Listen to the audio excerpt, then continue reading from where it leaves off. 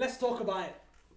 Liverpool draw 0-0 to Arsenal, and Lord have mercy, we need to have a chat.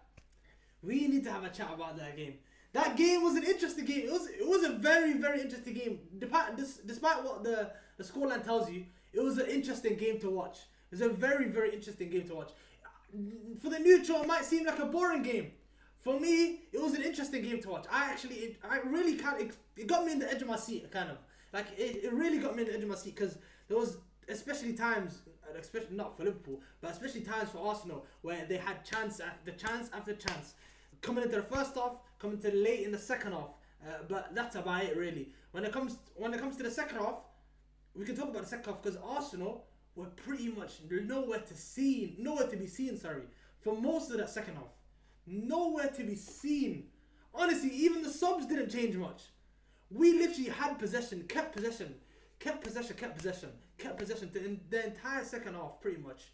Throughout the entire second half. And they literally didn't do anything. They didn't do anything. We didn't do anything either, but we knew going into that game, that we had no attackers. No real attackers.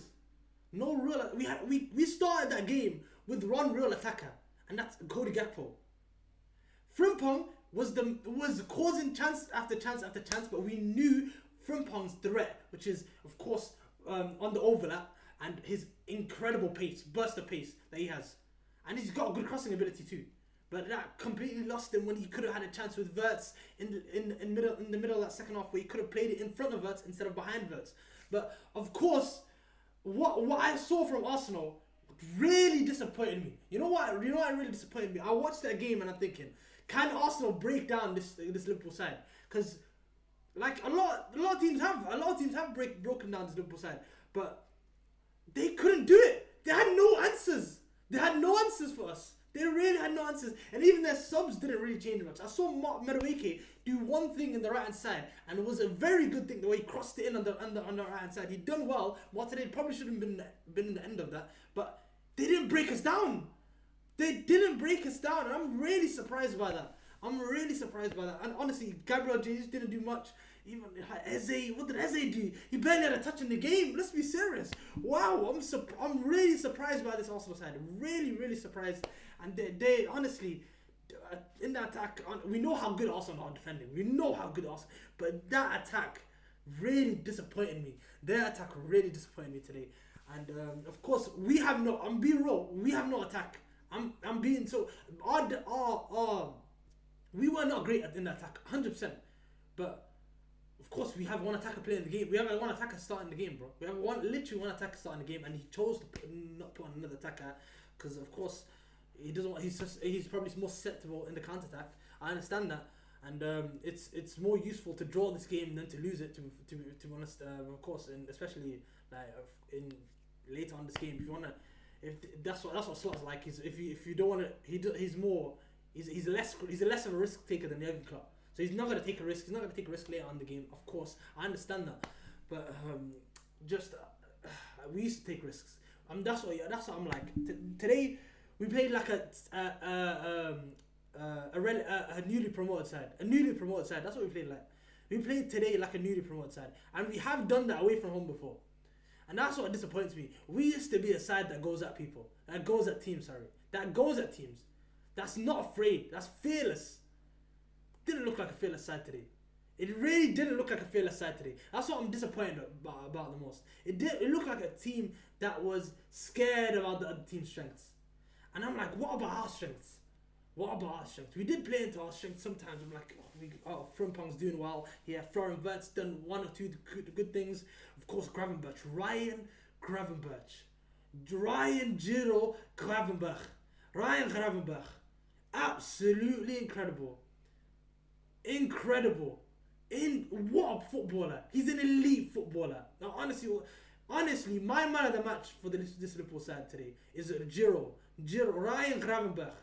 He's absolutely incredible footballer. He's honestly, when I'm talking about midfielders in the league, midfielders in the world, he's up there. I'm telling you, as a footballer, he's up there, guaranteed. I'm literally telling you that. Yeah, he's the quality that he has on the half turn is second to none. if you barely give him space, he's incredible. Imagine giving him space like Arsenal did. They gave him space to operate today, and that was the problem. That was another problem that they had. They gave us too much respect. I think Arsenal didn't give us too much respect. That's what they did. They gave us way too much respect, especially in that second half. Like, we are a team that respect us. We're unbeaten. We are unbeaten. But goodness me, this unbeaten run has been awful. This unbeaten run has been awful. So how on earth did they give us so much respect in that game? Like, what are they thinking? What are they thinking? Of course, we frustrated them. It's a decent away performance. I'm not gonna say it's amazing. Oh my god, what an away performance that is! Because we're not Wolves. Goodness me, we're not Burnley. We're not freaking Sunderland. I'm being dead serious. It's not an amazing away performance, but it's a decent away performance. We frustrated the attacking side. We frustrated the home side. We played to our strength. We could have had a smash and grab. Maybe could have had a smash and grab, but I think of course we don't have an attack again. We don't have an attack. I can't blame him. But at the same time, Hannes Slot has two attackers on the bench that he could have put on, but he doesn't. Again, Slot doesn't trust them. He's probably trying to send a message to the board, send a message to Richard Hughes, get an attacker. We're lacking of attackers. Maybe get an attacker because there's no Isak, no Ekitike, no Salah. Honestly, we of course did what we were meant to do. Probably did what we were meant to do in terms of defend deep and of course defend deep, get a result that way, because again we have no attackers. But I still think, Lord have mercy, man. Would Klopp ever accept this? No, I don't think Klopp would ever accept this. Never ever accept this, man. But yeah, it's a decent performance, and right now it's a 0-0 away from home, and we didn't lose the game. Everyone is expecting a loss. They didn't believe in us, but honestly, they really didn't believe in us. But guess what? I didn't believe in them. To be honest, I didn't believe in them. I expected a loss coming into it. But guess what? They proved me wrong. They darn proved me wrong. That's maybe, I don't know if that's the expectations being so low. I don't know if that's probably is. But they proved me wrong today. So congrats to them. Props to the players today. They dug their heels in towards the end of the game and towards the start of the game. But towards the middle, I think we've had possession, and if we had attackers, maybe, of course, we probably would have caused some damage. But the left-hand side is a problem, and Arne Slot really needs to solve that. How does Arne Slot need to solve that? Because we need Wirtz, Gakpo, and Kerkers. That's the problem. Those three players are massive problems. Why? Because Kerkers wants to underlap sometimes, and that gets in the way of Wirtz and Gakpo. Kerkers wants to stay out wide, which gets in the way of Gakpo. Or maybe Wirtz as well, depending if you want to stay out wide too. It's like, honestly, Wirtz and Gakpo need to have some sort of harmony about them, because honestly, I'm gonna be so real. I've seen him game after game after game. Gakpo should not be staying that far out wide. I'm being honest. They need to start understanding that Gakpo needs to come inside a bit more to be more left forward. Like if they get Gakpo to do that, which is his best areas, and get Gakpo to do that, because if Gakpo plays in the wide areas, he's gonna be pretty much a wide target man. You're gonna lob the ball up to Gakpo, expect him to hold up the ball, play it back. Like, it's not rugby, man. You can't play it sideways and backwards all the time. Kerkers has to be doing something down that left hand side or down the overlap. Wirtz has to be doing something maybe on the inside, but he can't do that with Gakpo there as well. So it's like there's no space for them, no space for him. Why there was so much space for Jeremy Frimpong is because he's the only one out there. He's the only one doing those things. There's not enough space on the left hand side for all three of them, it looks like, and they need to find some understanding because Wirtz coming deep is not the answer. Gakpo playing out too far wide is not the answer.